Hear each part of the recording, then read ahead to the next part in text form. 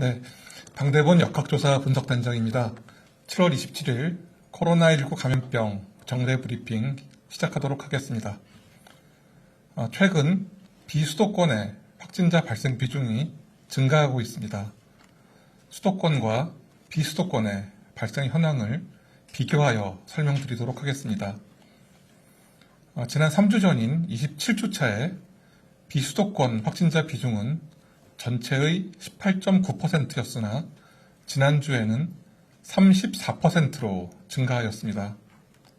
또한 최근 2주간 감염경로 분석에서 수도권, 비수도권 모두 확진자 접촉 비율이 가장 높았으나 비수도권은 수도권과 대비하여 집단 발생의 비율이 약 3배 정도 많았습니다. 수도권의 주요 집단 사례는 음식점, 학교, 목욕탕, 직장, 교회 등에서 시작한 감염 확산이 주로 많았었고, 비수도권은 주점, 노래 연습장, 체육시설, 직장 등에서 시작한 감염 확산이 주로 발견되었습니다. 7월과 8월 휴가철과 방학기간 동안 전국적 이동량이 증가하고 이에 따라서 집단 발생 증가도 예상하고 있습니다. 이동과 모임을 자제하여 주시고 다중이용시설을 이용하실 때에는 마스크 착용, 손 씻기와 같은 개인 방역수칙을 철저하게 준수하여 주시기 바랍니다. 또한 시설 관리자께서는 여름철 에어컨 사용 시 밀접되고 밀폐된 환경에서 전파 위험이 커지게 되므로 반드시 2시간마다 10분 이상 자연 환기를 실시하여 주실 것을 당부드립니다. 다음으로는 변이 바이러스 발생 상황에 대해서 말씀드리겠습니다. 최근 일주일간 변이 바이러스 분석률은 23%로서 국내 발견의 22.5%, 해외의 30.8%를 분석하였습니다. 확진자에 대한 유전자 분석 결과 최근 일주일간 1,412건의 변이 바이러스가 추가로 확인되었습니다. 작년 12월 이후에 7월 24일 0시 현재까지 확인된 변이 바이러스는 총 6,016건입니다. 지난주에 검출된 1,412건 중에 179건은 해외 유입 사례, 1,233건은 국내 감염 사례였습니다. 그리고 최근 1주간 국내 감염 사례의 주요 변이 바이러스 검출률은 54.8%였으며 이 중 델타형 변이의 검출률은 48%를 나타냈습니다. 다음은 백신 접종 후 돌파 감염 추정 사례 현황입니다. 7월 22일 기준 국내 접종 완료자 554만 3,933명 중 돌파 감염 추정 사례는 총 779명으로 인구 10만 명당 14.1명이었습니다.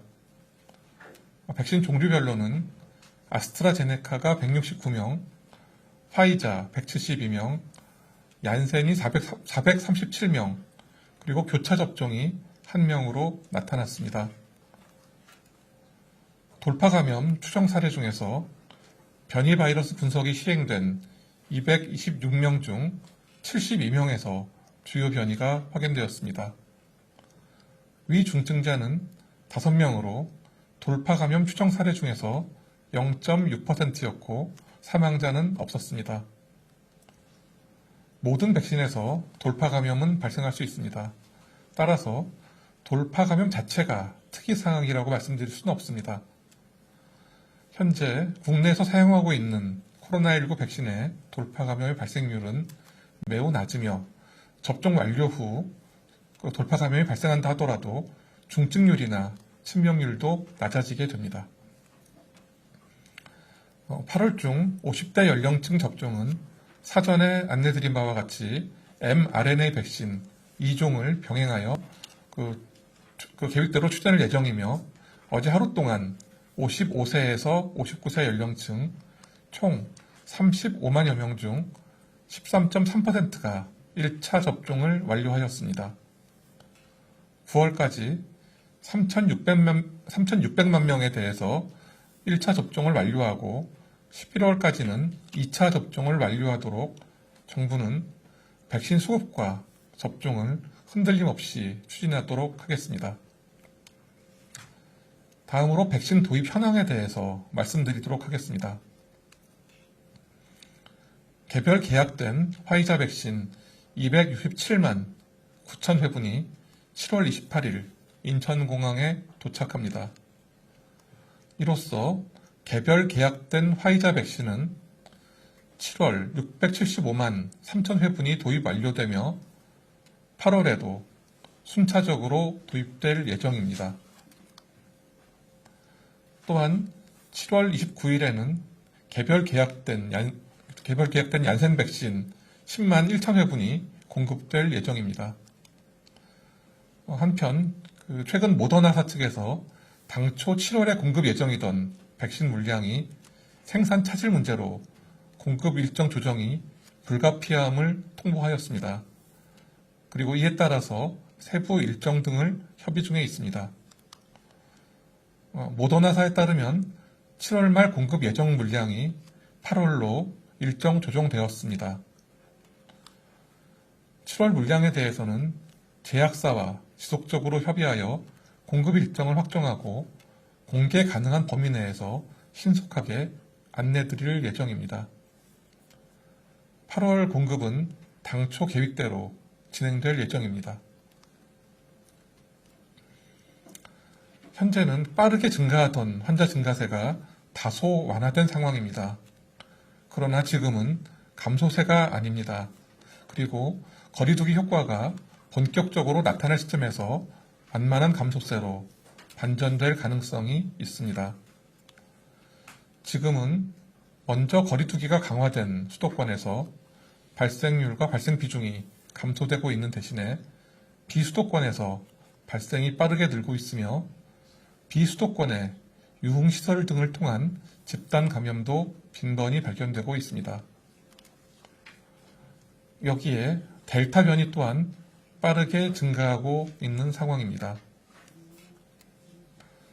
현재 델타 변이권은 전 세계적인 우세 변이형이라고 말씀드릴 수 있습니다.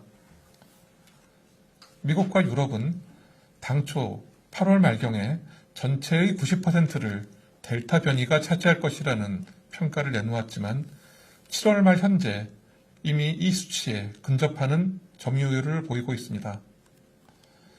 이는 델타 변이가 당초 생각보다 훨씬 빠르게 모든 나라에 확산되고 있다는 증거가 되겠습니다.